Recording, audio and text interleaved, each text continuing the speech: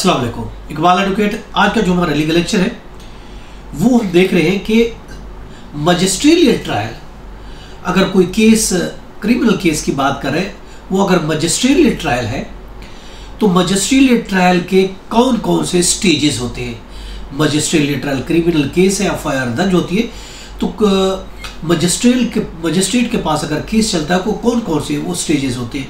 सबसे पहले जब केस दाखिल होता है, कोर्ट चलान एक्सेप्ट करती है एफआईआर लॉन्च होने के बाद, तो सबसे पहला जो 241A के तहत कापियाँ सप्लाई होती है।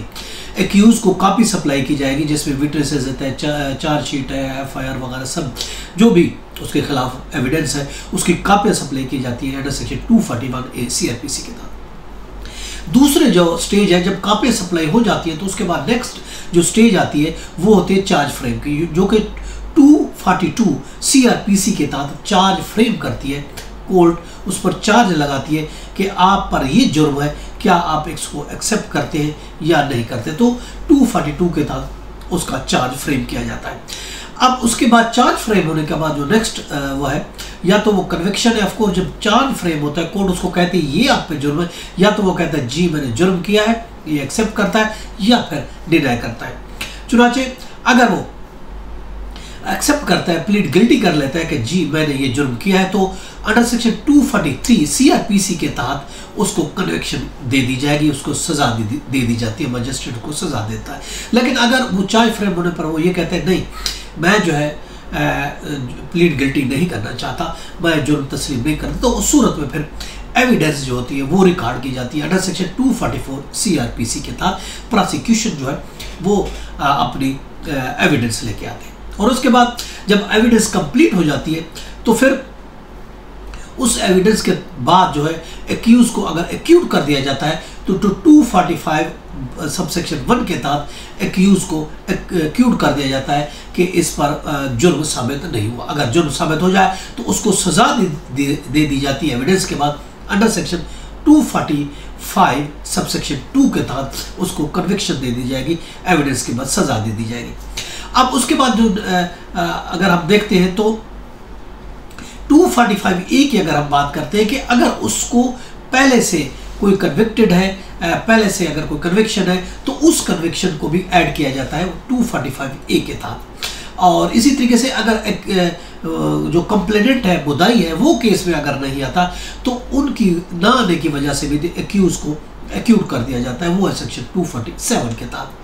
अब इसी तरीके से अगर कंप्लेंट वापस हो जाती है, कोर्ट उसकी इजाज़त दे देती है कंप्लेंट वापस कर देती, तो उस सूरत में एक्यूज 248 CRPC के तहत उस एक्यूज को एक्यूट कर दिया जाता है।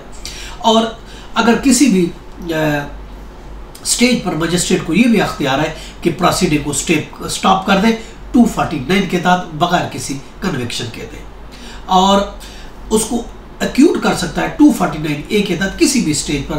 अगर हम एप्लीकेशन लगाते हैं कि इस प्रोसीडिंग को स्टॉप करके इसको एक्यूट कर दिया जाए, क्योंकि ये इसका जो चार्ज है ये ग्राउंडलेस है, केस जो है ये फेक है, फजूल है, जेली है, झूठा है, तो उस सूरत में 249 में प्रोसीडिंग स्टॉप हो जाती है और 249A में एक्यूट जो है ना वो एक्यूट कर दिया जाता है एक्यूज को बगैर किसी सज़ा, बगैर किसी जजा के।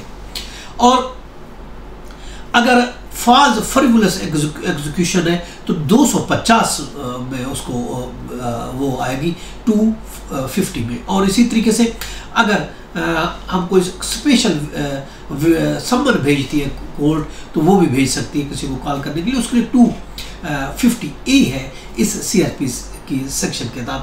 और अगर हमारी 249A खारिज हो जाती है, हमने उसको कहा कि इसको एक्यूट कर दिया जाए, मजिस्ट्रेट एक्यूट नहीं करता, तो हमें फिर क्रिमिनल रवियन फाइल करना होगी 439A CRPC के तहत हम उसकी रवियन भी फाइल कर सकते हैं। अगर एक्यूट 249A में बरी हो जाता है तो जबकि मुद्दई कहता है नहीं इसको बरी नहीं होना चाहिए, तो फिर वो उसके खिलाफ अंडर सेक्शन 417 CRPC के तहत वो हाई कोर्ट में एक्यूटल के खिलाफ अपील फाइल कर सकता है। ये आज हमने देखे मुख्तलिफ स्टेजेस हैं मजिस्ट्रियल ट्रायल के। ये था आज का लेक्चर। इजाज़त कर फिर मिलेंगे। Have a nice day. अल्लाह हाफ़िज़।